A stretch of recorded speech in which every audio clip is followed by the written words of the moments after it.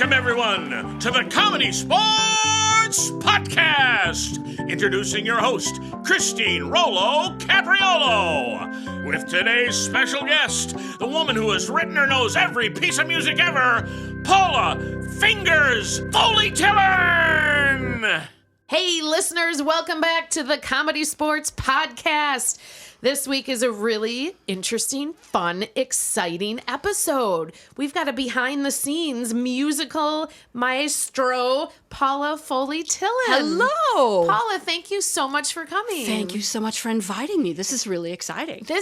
I've been thinking about this interview for a very long time. Woo. I'm very excited about it. It's quite different because, Paula, you were always behind the scenes on keys. I don't think I was ever on stage in the years that I did ComedySportz regularly. Okay. Never on stage. Okay, well, let's start at your beginning. Yeah. Where were you born? Where are you from? I am from Waukesha, Wisconsin. Okay. Grew up, born and bred in Waukesha, Wisconsin. Moved into the big city of Milwaukee when I was, trying to think, like maybe 26. Okay. Yeah. Did you go to school in Milwaukee, like UWM? Nope. Went to Carroll University. It was Carroll College. Carroll at the College, time. yeah. Okay. Now it's Carroll University. And what did you study in college? Applied music. Music performance, in other words. I have a bachelor's degree in piano performance. I was totally classically trained. Oh, that's fantastic. When did you Yeah. start playing the piano? How old were you? 9 years old. 9 years old. Yeah, here's the fun little story. When I was like in first grade, my music teachers told my parents, get her piano lesson. She's got some talent. Oh. And the folks couldn't afford a piano. Yeah. So my mom thought really smartly, and she got me into ballet class. Okay. At a studio in Waukesha, figuring at least that would teach me how to be like counting and listening to music. Sure, music Awesome. involved. Right. So I took ballet lessons and really enjoyed it. And then when I was 9 years old, the folks could finally afford to buy a piano. They bought a little Hardman and Peck mini piano. It was probably like the acoustic equivalent of buying a digital instrument. Now, it didn't have a full keyboard. It had 73 keys. It was this little thing. It folded up. It looked like a liquor cabinet. It was folded up. It was about 3 feet off the ground, so it was perfect for tiny little me. Yeah. Yeah. So they bought it from this old lady who was moving to Florida. Like, how cliched is that? For $250. And then I started piano lessons when I was 9. And you just picked it up real easily. I did. I kind of did. I feel like some people just have that. Like, I'm an art teacher and an artist. Yeah, and I feel like it's just always come naturally. You know that there is some aptitude, that you see kids Yes. who just have an aptitude. They have an eye. Yeah, You know? and so you had the music in you. I kind of did, as Yeah. Kiki D would have said. I kind of did. When I was little, I wanted to take piano lessons. Yeah? We, too, could not afford a piano. Oh. So for Christmas, my parents got us one of those little Casio keyboards. Oh, sure. I mean, it was probably maybe 16 Oh, my inches God. long. Like, that's like the keyboard that I first used at It was ComedySportz. so tiny, and you couldn't play 2 keys at the same time. Right. And so I only got, one Yeah. session or whatever, and then Yeah. after that, I Yeah. had to quit. Oh, bummer. I've always loved playing music. wanting to play music. It's not too late. Well, that's true. That's true. One day. I remember the recorder, too. Oh my gosh, that's got to be just torturous for music teachers. Oh no, it's that 6th week when they do recorders. Well, we went to my daughter's Christmas concert at school, and she was singing. She's in first grade. Yeah. She was singing a couple of Christmas songs, but they had a whole bunch of different acts. And one of them was all the kids playing the recorder. And I looked at my dad, and his face was like, "Oh my God, I thought I was done with make this." it stop. Grandpa came to see her. I can almost hear a tune in there, you know. I know. Well, so you moved down to Milwaukee. What was the reason for that? To get involved more in the theaters? Yes, and Very nice. I was newly off of a divorce. Okay. And I just really wanted to. I thought, this is my opportunity, to get into the big city. So I moved into Milwaukee. Okay. Can I segue right there to my my start at ComedySportz? I would love to hear how you started at ComedySportz. So I was good friends with a guy who was doing a show at a now defunct theater with a guy named David Paul Knutson. Okay. Who at the time was playing Milwaukee ComedySportz. I've heard the name. Yeah, he and his sister Susan were playing.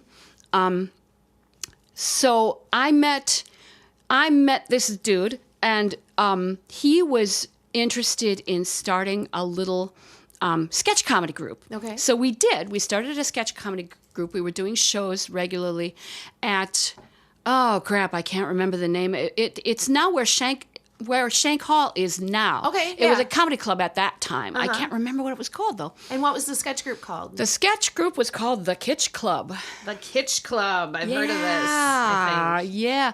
There, if you really, really search, like I know a couple people that actually have VHS tapes of our shows. We're doing sketch comedy. And it just so happened that Dick Chudnow was expressing the desire to have a regular keyboard player, and David Paul said, well, I know this woman. So I met Dick. I went over to Calt's and had dinner with Dick. Right. And Dick, God bless him, is Dick, you know? Yeah. So this was like during December of 1984. And Dick says, well, would you like to start playing? I was like, well, don't you want me to, rehearse or something? No. So Let's just do it. let's just do it. So my first show with ComedySportz was New Year's freaking Eve of big one. 1984-85. That was my first show. Oh, God. I had no idea. I watched one show. So you hadn't even seen them really before? No. Well, ComedySportz was still it was theater sports at the time. Yes. And it was still this little thing that was happening at Calt's, in the back room at Calt's. Yeah. So I sat in on a show. It was instantly apparent to me, where the music had to be. Okay. Basically, it needed intro, outro music, and a little bit of underscoring. Okay. They were doing just a really few unaccompanied musical games of the time. They were playing madrigal. Mm-hmm. They were playing, I think they were playing opera. Yeah. Unaccompanied. And like Emotional Symphony, which may or may not be a musical game, Right. So there wasn't very much, but I could see where the music had to be, just in terms of continuity, because I'd done theater since forever, and I understood what scene change music was. Okay. So basically, that was what had to happen. So he said, "Have you ever done any improv?" I don't know whether Dick's heard this story. So, hi, Dick, I'm coming clean now. So Dick says, have you ever done any improv? Do you feel comfortable with improvising? I was like, oh, sure, which was a bald-faced lie. You hadn't before? Never. Really? I had never improvised a single solitary note because I was completely classically trained. And in the classical conservatory paradigm, you don't do that. Oh. You read off the page, and that's it. You are never encouraged to improvise anything. Yeah. So there was a little printed program, had the list of the games. Right. I knew I had to play Take Me Out to See Improv. I knew I had to play the national anthem at the top of the show. Right. So I went home. I memorized the national anthem. Yeah. I memorized Take Me Out to See Improv. And then I memorized 4-bar intros and outros to every game. What do you mean you memorized 4 intros? You made up your own intros? And No, outros? I played let's say they were playing I'm trying to think of an example. Let's say they were playing Day in the Life. Okay. So I played the first 4 bars of I heard the news today, oh boy. I figured out existing tunes that fit all the games and memorized. I swear to you. You matched music to all the games. I matched music to all the games. That was the way I started. Wow. And all I was doing was playing intro and outro music. That was it. Okay. And at the time, the closing music, I don't even think we were doing maybe it was Take Me Out to, maybe it was Mac the Knife. Mac the Knife. At the time, so I memorized that too. Sure. And started that way. Fortunately, I have a good ear. Okay. So I could sit at home and go,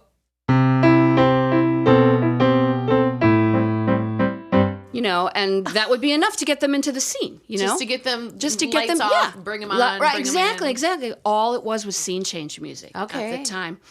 And from there, really gradually, I started unfolding, and like when they would start Madrigal, for instance, I could very surreptitiously figure out what key they were in and start to underscore Madrigal. Really? Yeah. Wait, let's back up a second. Yeah. To these songs you matched to games. Yeah. So if I said, like, we're going to play forward reverse right now, do you know what song you'd play? Do you remember? You know what? Forward reverse wasn't even extant at that time. Okay. So I'm kind of blanking on what I would do. Okay. But there are also just really like standard things that I could play, just like,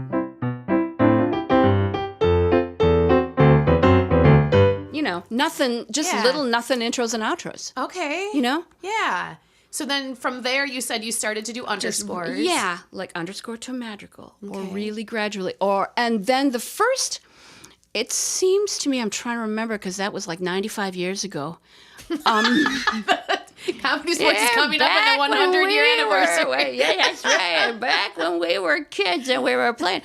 I think the next thing I started to do was play with, like, maybe the game of opera. Okay. So let's see, like. Nice. Yeah. So opera, which had always been a cappella, right, now could sort of start to sound kind of Mozartian, So as people started to sing, you just, like you said, you picked up their key. I figured out what key they were in, and it got so. That was a really halcyon time, man. That was those days at Cults. Now I'm really starting to sound like an old fart, I know. But those days at Cults, there was a relatively small stable of players. Yeah. I am almost, but not quite, founding member. I'm like second generation. Right. I started just before the Brady Street generation did. Yeah.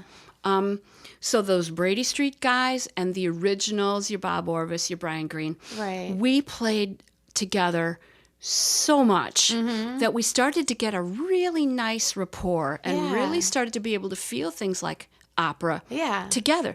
So they knew where I was going to go. Sure. I knew where they were going to go. So it was a very supportive atmosphere in which to, explore what we could do with a game like opera. Well, that's amazing that you're classically trained. You said you never would go off of the paper. Never. I never thought I could. Right. Because I think that's kind of the other paradigm in the classical world, is that you just don't. Nobody ever tells you, here, try this. You know, unless you're like, this is going to start a little bit technically. Unless you're really in the Baroque world, unless you're playing, like Handel and Bach, the harpsichord player in those things improvises within the stricture of that style, and there are very specific things that harpsichord player is called upon to do. But for the most part, now back in the day, we are given to understand, like Mozart, for instance, when you hear a Mozart, let's say a piano concerto, there's this big hole at the end of either the first or the third movements, maybe even both, called the cadenza. Okay. So when Mozart was playing, the understanding was, and probably other players of that era, the understanding was that the orchestra comes to a stop, and then the piano player, the piano soloist, is called upon to improvise for a while. Okay. And that's kind of like their sort of, let me show you my chops moment. Sure, That's like your virtuoso show-off moment. Yeah. So the pianist was called upon to fill up the cadenza, and then lead the orchestra back in to finish it up. You know what I mean? Yeah. So improvising did take place. Wow. But in recent years, my guess is maybe since the turn of the 20th century, cadenzas are written out. Really? You learn a cadenza, but you probably don't improvise your own. Well, was that hard to start improvising with a performance? The atmosphere was such that I was so encouraged and so invited. Yeah. That I don't remember it as being hard. I took baby steps, learning, I can do this. It was about giving myself permission and understanding that I had permission from the players around stage, all of whom were so generous. Yeah. And so supportive. I mean, they were 2 words for you, Bob Orvis. Right. You know what I mean? Yes, for sure. And I absorbed that supportive and yes, you can paradigm. Yeah. So before I knew it, I was making stuff up along with everybody else. Did you have, you go to a Brewers game or any sort of athletic game and of people course. have their own kind of music? Did you have music for people? Yeah. Yeah, well, yes, I did. I remember that now. I mean, now they have like some really up-tempo thing in which all the players are introduced. But back in the day, that was my first model, was the ball player, right? The organist at the ballpark. Okay, that was really I was using that. That sound almost exclusively, and that was my model. Okay. Was be the organist at the ballpark. Yeah. Right? So yeah. But did you have like a different theme for Bob versus Brian Green? I did.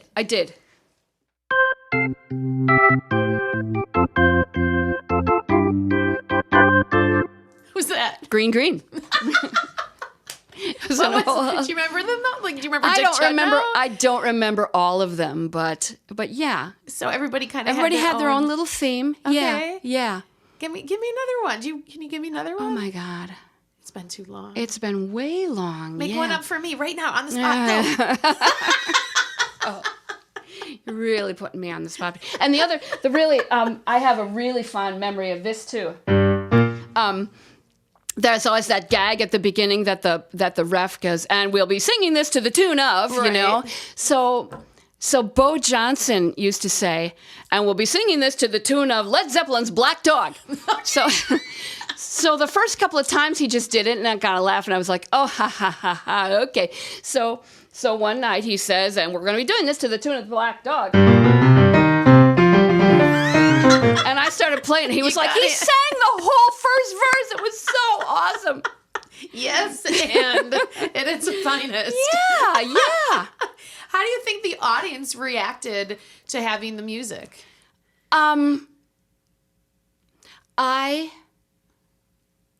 enjoyed getting my own little teeny tiny little jokes and references in, knowing that some people would pick up on them and others wouldn't. Right. 5 things. 5 things used to be a standard at every show. Both teams would play 5 things. And I really got off on being able to supply my own little, my own little clues. So let's say shoveling snow in California with only the snow is oranges. So shoveling snow, of course. Yeah. So, and the players got used to listening for my clues as well as the visual and gibberish. Right. Oh, that's fantastic. It was really fun. Yeah. It was really fun. So and it just really, it expanded my chops and my ear too. Right. Because I instantaneously would have to go, okay, whatever song. Okay, how does it go? Where does it start? Right. That's a skill. That's amazing. It was a skill, and it's a skill that any keyboard musician can do. You're not born with that. You just have to build it. Right. You know what I mean? That's what I've always said to fledgling improv keyboard players is just build it. Just start with licks of songs that and then and very gradually spread your wings. You know what I mean? Yeah. So can we throw some at you here? Maybe. Come on, let's give it a go. Sure, why not? Well, like for example, if we were to play soap opera. On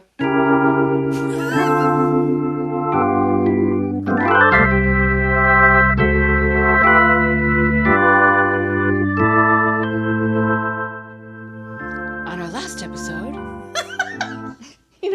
very nice with the voice. And soap opera was really fun because there were those stings. I was going to say you'd have to go into the box and do the sting that moment. Yes. So that was a really fun byplay because the players knew that I was as liberty to set it up as they were. Okay. So they would sometimes they would go, "She's your illegitimate daughter-in-law?"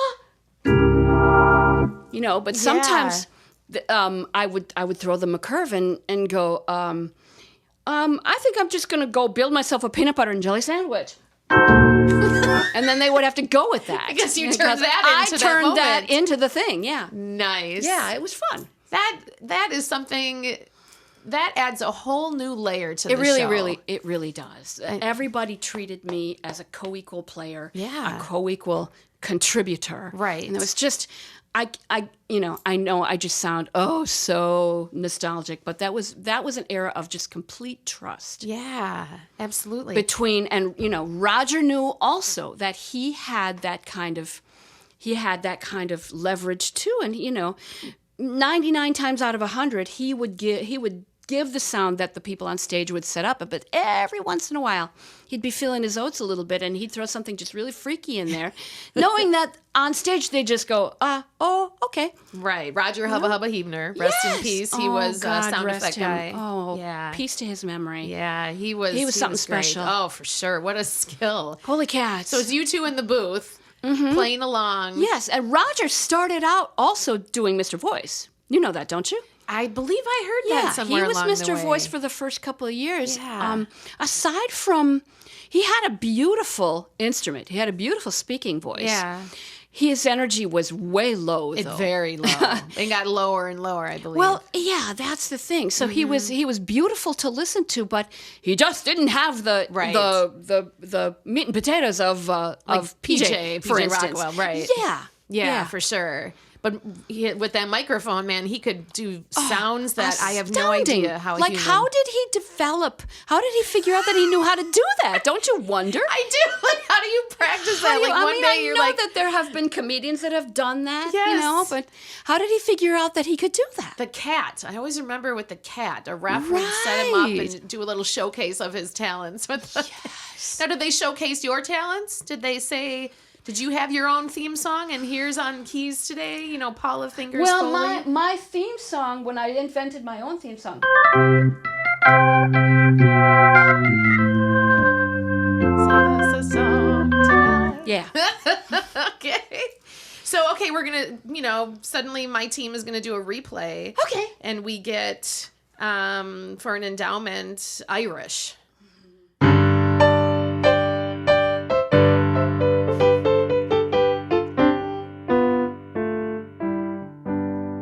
And then it switches to Italian.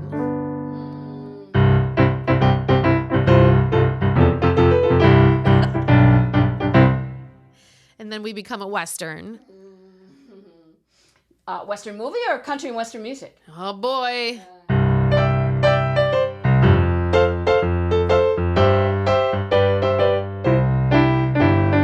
Nice. And then we finish it off with a rap, of course. Oh God, rap is difficult without a beatbox. you Yeah. know? So often somebody will beatbox. Someone would on beatbox stage, it, yeah. On stage. Yeah.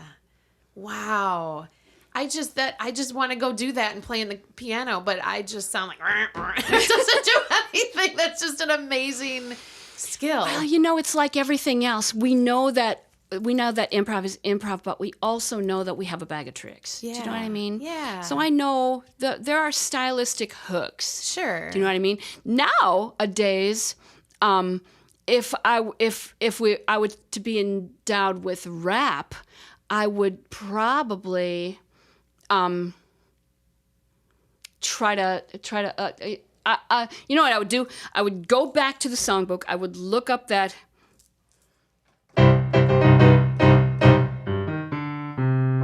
And I would start like something from Hamilton. Yeah. Oh, there you go. Bringing in what's happening right now. Yeah. Yeah. So I tried to stay really current on like what the latest TV theme songs were and the latest commercial jingles were. You know what I mean? And well, when there was like a timeout, you would do a song. I'm sure. Right. Yeah. We sang the Jeopardy theme, or we would sing old TV themes like Flintstones, Gilligan's Island. Yeah, exactly. Yeah. Stuff that seemingly people still know, strangely enough. Sure. Yeah. Some of those things still hold today, right? Right. Yeah. So what about like in the apology box? Someone had to go apologize. Oh, you know what? It kind of there were also some like sort of stock styles of apology. There would be like the really heartfelt. Yeah. I'm so sorry. I'm really sorry I said that on stage. Mom, I know you're here, right? Yeah. Those are fantastic. What was your favorite game to accompany? Oh, God. When we started doing musicals, just straight up musical, I just enjoyed the crap out of that because I'm a musical theater person in the marrow of my bones. Yeah. And I still remember some really legendary musical theater games. Okay.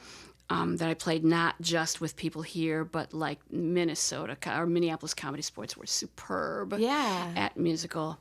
So the people that I played with who really knew the idiom know the idiom like I do, we can get very specific and even ask we'd like to do this number in the style of Les Mis or Jason Robert Brown or what I mean. Whoops.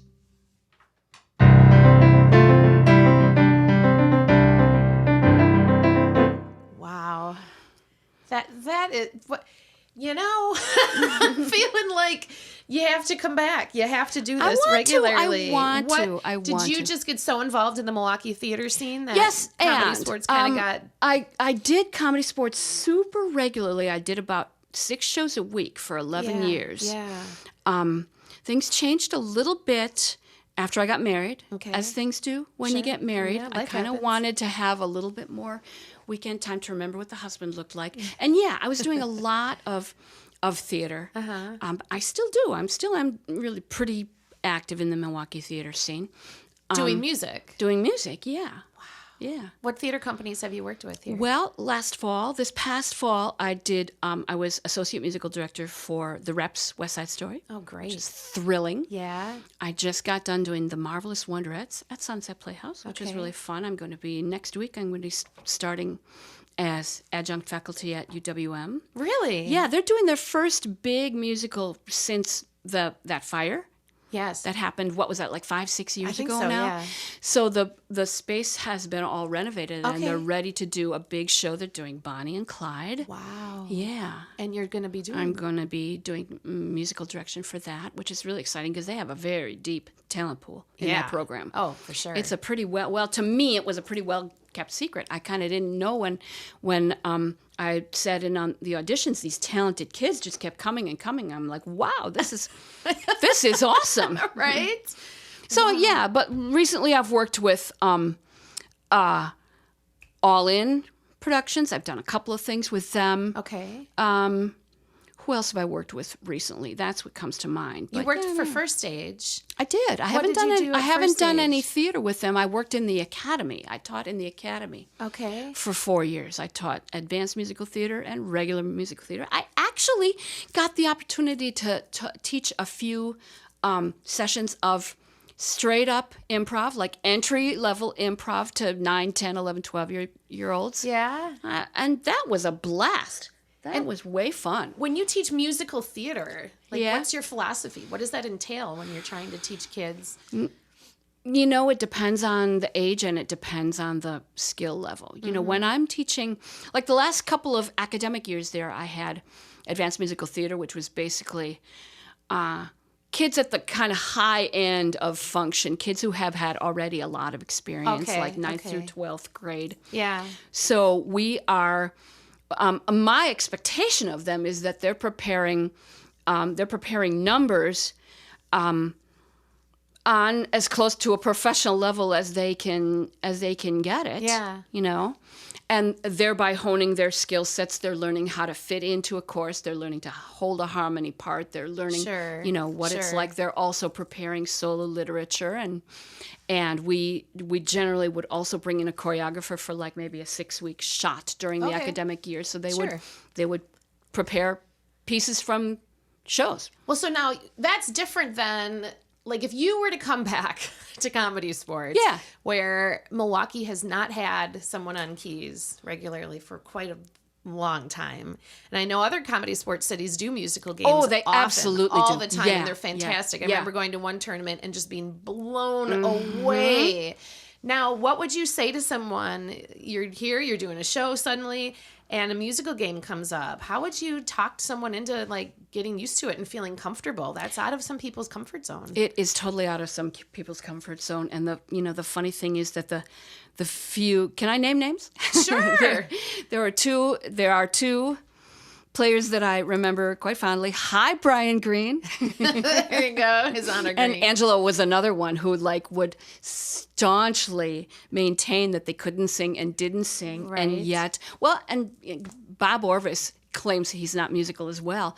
And God bless them, they will and would just go balls to the wall in a musical theater game. Yeah. My philosophy with regard to those games is that you don't have to be a good singer, and you don't have to. What you have to do, spend a little bit of time knowing the idiom, and then just willing to get up and go for it. You know.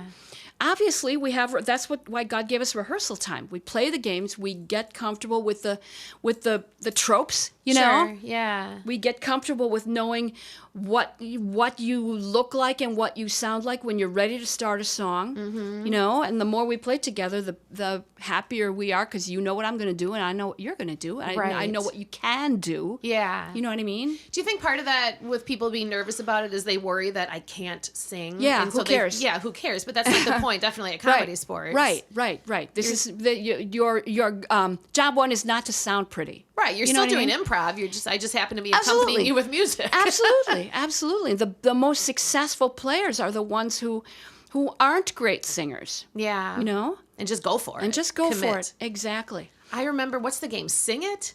Oh, yes. Oh, God. Oh. Well, and that's a really great entry level when I teach musical improv. Like I've taught musical improv at First Stage notably with Beth Lewinsky, who is a freaking goddess, and with Christopher Putticum too, and a few other people who are now in the ampersand world. Sure. That's a great entry level musical theater game. So talk about it. Explain that for Well, it's a scene. Mm-hmm. You just initiate a scene, and then the teachers or the ref, whenever he or she sees that there's a good moment for a song, just yell, sing it. So 2 people are on stage, or more than 2 people are on stage, they're doing a scene, and somebody says, sing it. And instantly, they must break into song. Right. And then which means you must instantly create a song. Exactly. And it's to your advantage as the person on stage to be paying just that much attention, because I'm laying down something that's really easy for you to work with. I promise. Yeah. A competent keyboard player isn't there to throw you a lot of loops. They're not there to stump you. They're there to support you in a way that's going to make you look good. Right. You know what I mean? Yeah. That is what I absorbed, first and foremost, from Bob Orvis. Yeah. Is I'm here to make you look and sound good. Yeah. You know what I mean? Right. Yeah. And so when you were playing Sing It with people at ComedySportz, or where you were teaching it, did people start to feel that? Like, oh, I'm just continuing to improvise in the scene. Right. But they would follow your lead with the song. Mm-hmm. I will lay down what your tempo is. I will show you whether it's fast or slow. I'll show you what the groove is. You know what I mean? And all you got to do is just float above it. Right. I think it's really helpful, and we do this when we teach improv, that improv game and musical theater games to kids, but it's also really helpful to adult beginners at musical improv, is to get to know the idiom a little bit. Yeah. You know, listen to a couple of shows. If you don't know from musical theater, listen to a couple of shows. Yeah. Understand that you don't have to go at the same pace verbally that you do when you're just improvising a scene. You don't necessarily have to be pushing the scene forward when you're singing it. Remember that often the song is you riffing on how you feel about it. Mm-hmm. You know what I mean? Yeah. So in a song, you can use 6 words. Mm-hmm. You don't have to be continually pumping out words. Right. And I think that's what stymies a lot of people, is they think they got to be working at the same pace. Sure. But you could sing, your entire song could be Darling, I Love You. Right. You know what I mean? Just over and over again. Uh-huh. Yeah. Based on what you're playing. Right. Yeah. Do you want to try it? Oh boy, Darling, I love you. Yeah. I'd like to apologize to my listeners. Okay. Darling, I love you.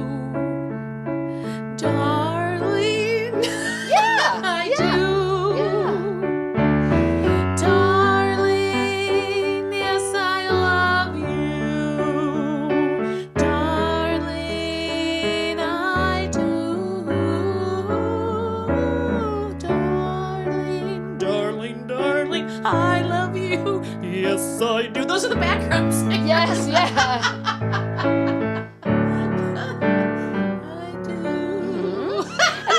And the more we play together, the more I'm gonna know when you're ready to Right. wrap it up. You know what I Right. mean? Well, some of the that's reminding me. Some of the best scenes I remember was probably a mega replay or something where, you get musical at the end. Sure. And suddenly people are snapping and dancing in the background, and they're just saying like the "Darling, I love you" over and over again, and it felt.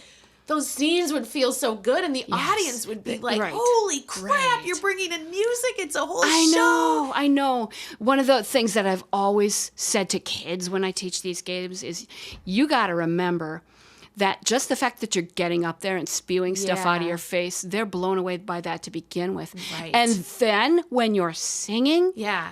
they think you are magicians. Oh my God, they do. Their faces suddenly are like, Yeah, like, "Oh." I can't believe they're doing this. That is giving me flashbacks to many a musical scene. Yeah. There was a game. Was it Musical Chairs? Oh, God. Do you remember musical that chair- I one? do. I remember playing that a couple times, and that one, like, I wouldn't mind, jumping in and trying to sing and, Well, basically, whatever. that's but, an endowment game, right? it's like you go, there's actually, it's literally It the is game literally of musical chairs. but then when you're the odd man out, then you have to sing a song Yeah. based on, was it a musical style, and then you'd get a suggestion. So you might get, you have to sing a song, a country song, Right. based on the based suggestion on, of I got a new caterpillars. kitten. Right, Yeah, exactly. something. Yeah. And I remember that one was really like, comedy sports, you have your team with you, you're all together, and that one you're just singled out. Right. Like, you're going to sing, and everyone's going to watch you, including the other players on the stage. That one was more nerve-wracking. And your salvation is that it only really has to be about 20 seconds long. Yeah, but that is like the remember. longest 20 seconds of your life, right? Yes, but you're right. You have to just trust the musician, the person on keys. I like caterpillars. They're so soft and squishy. Caterpillars, I love you. You'll turn into a butterfly. Caterpillars, lots of legs, fuzzy, colorful, squishy. I love caterpillars. Here's a cocoon. That was awesome. That was totally awesome. Or, whoo, yeah, that was fun. So for the keyboard player, now I'm putting on my teacher hat now. Do it. Teach me. I have had so many students over the decades saying, "Why do I have to learn music theory? I'm never going to use this in real life." I'm like, "Really?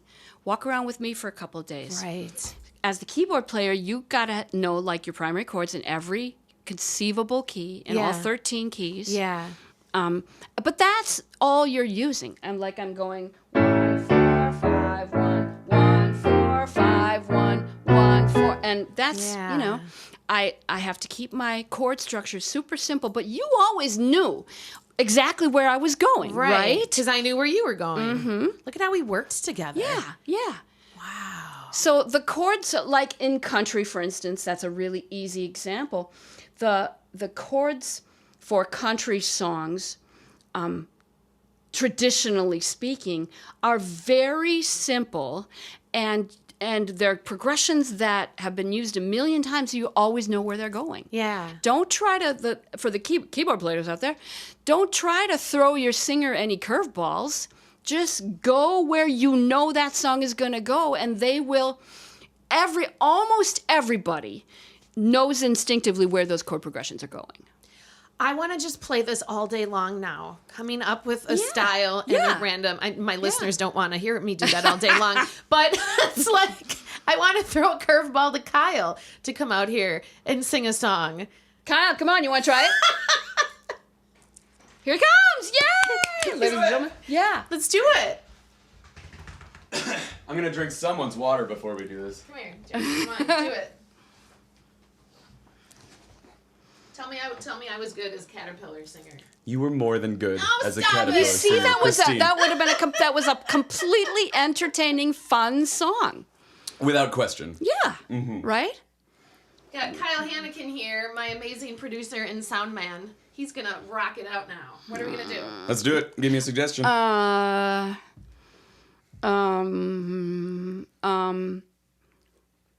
okay. How about we go to? Can we do it? No. Those don't make sense. To do it like Irish. That's like more of a. You're thinking sound style. Yeah, sure. Yeah, no, Like just rock and roll. Sure. Or is that Sure. rock and roll? I need a suggestion now. I need a song suggestion. Basketball. Basketball.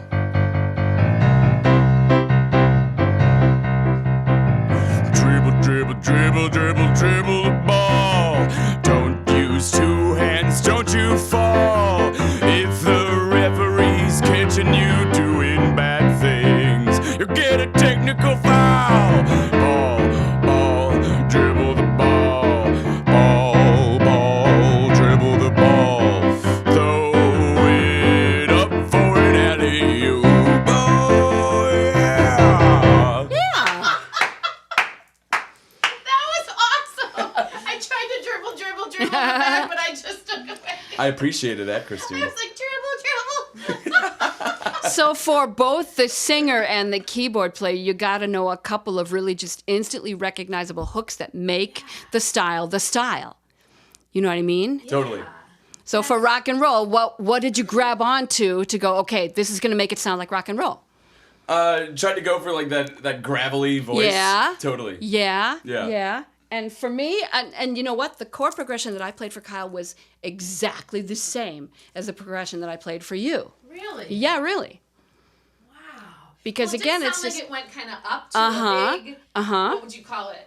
I don't know the music term. Well, Crescendo. yeah. Oh, Yeah. listen to me. And then it kind of came to that. Yeah, you can hear. You know exactly where that progression is going, because you've heard it on the radio all your life. Oh, absolutely. Yeah.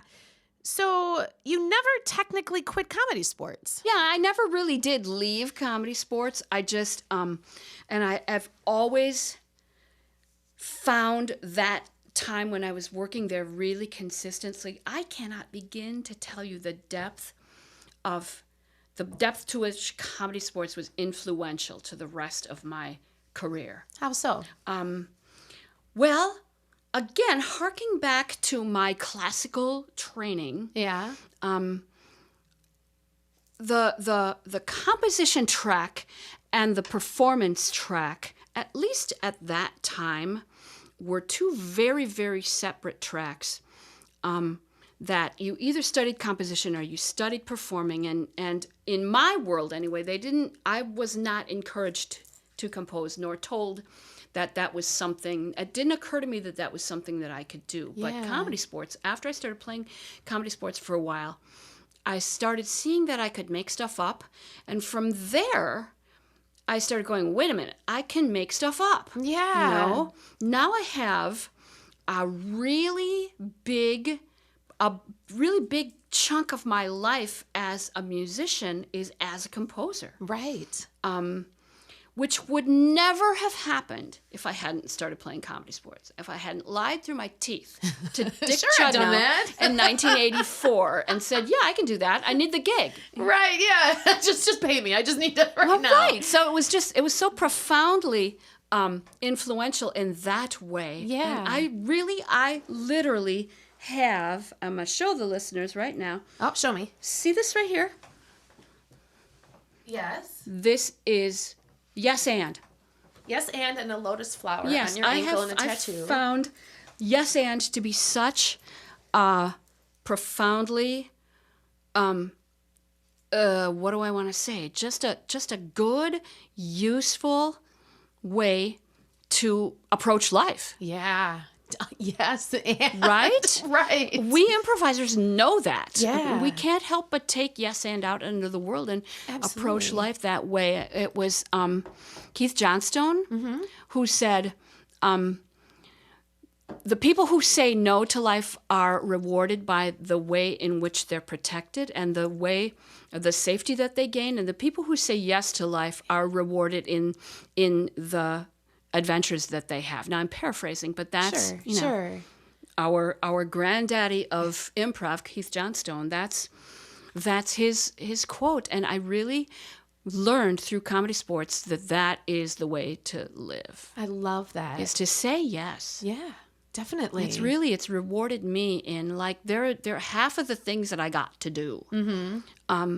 Since doing ComedySportz, it wouldn't even have occurred to me if I hadn't learned that while working there, while doing the shows there, on the playing field, if you will. Yeah, and it must have been kind of an odd feeling at the start, like you said, never being able to go off book. Like, can I? Like, can I? It was scary. Yeah, but then you started to do it, and you are phenomenal at it. Well, thanks. Well, I just want to have you come down and do keys on every show and teach some workshops about feeling a little better about doing a musical game. Even just that quick little Caterpillar country song and Kyle's quick rock and roll basketball. It's like you were right. You said at the beginning. Everybody can do this. Yeah, you said at the beginning you can just repeat one line over and over. And that alone made me feel more comfortable. I felt like I had permission then to not know how to make a whole song, but to just sing one line over and over. Yeah. And we worked together, and I think then the crowd appreciates that.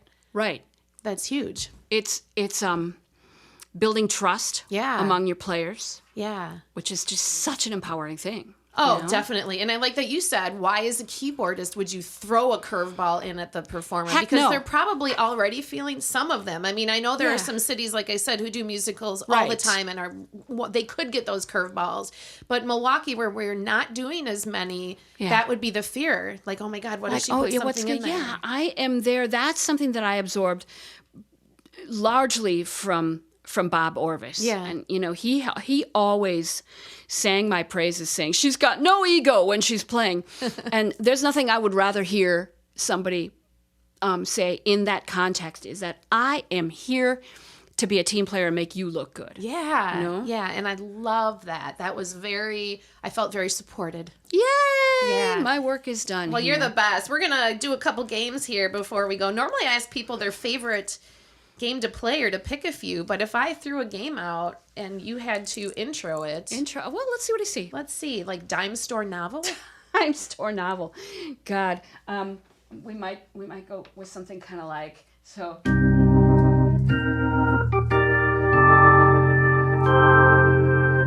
And get really like noir. Yeah. What about like Countdown? Countdown. Is that a good one? Well, I could get really old school ballpark and just go, Sure.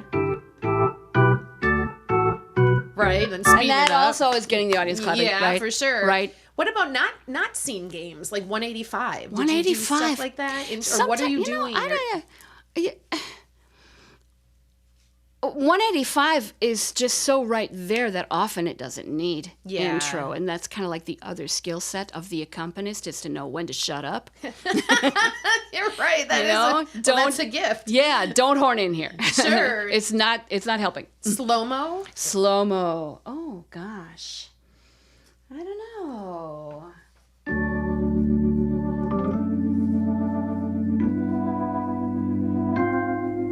Just something really slow and right. Players, are you ready? Tweet. Nice. That just adds just a few seconds on the keys. It's incredible. Yeah. I'm thrilled that you came in today. Thank you to share so much. Your talents. I'm going to ask you to pick. Oh boy. We're going to get to know you here a little bit before we go. Too much more. Pick a number 1 through 3,000. 299. I love those books. I do too. It's the Would You Rather. Yeah. Would you rather, I don't even understand this one. I know. Would you rather have an egghead or be a goober? What does that mean? What does that mean to be a goober? Well, you see, egghead, archaically, an egghead is like a really super smart person, right? And a goober is kind of a dork. Okay. Is that true? So I think I'd rather be a dork. All right, I'm going to give you I'd one rather more. be a goober. I'm going to give you one more. Would you rather eat Jell-O made from baby spit or sugar cookies topped with dandruff? I'll take the dandruff sugar cookies. You would. I would. Interesting. Because baby spit is just so profoundly gross. You know, my babies. Being a mother. I didn't mind being pooped on, peed on, vomited on, spit up. All those things, fine. I can do that with a newborn. But the constant drooling, the spit, that got to me. I know. I know that I just have a really visceral response to that.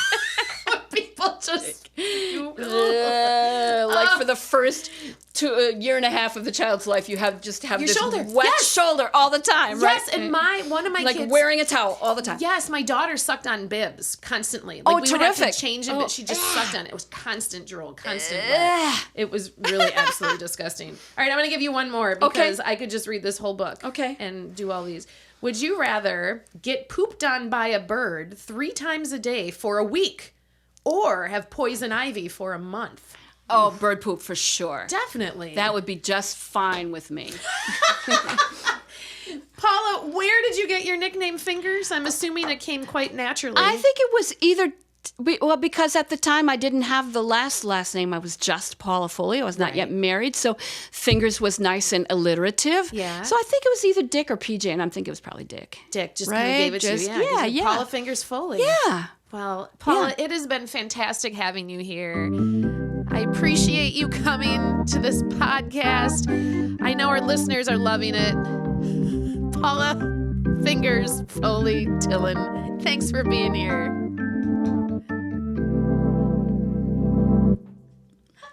That was always the song that, like, when there was an elimination game. Yeah.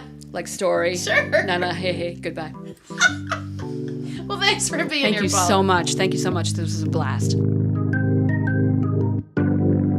The Comedy Sports Podcast is produced and engineered by Kyle Hannikin. Our announcer is PJ Rockwell.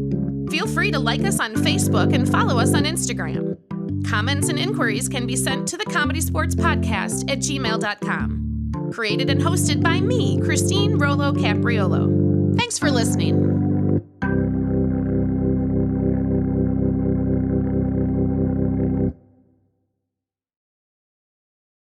The ComedySportz Podcast is an independent production made by CSz players. The views and opinions expressed by the podcast host and any guests are their own and do not represent the views and opinions of any CSz location or CSz Worldwide. Vocabulary used by the host and guests is not necessarily representative of the CSz brand.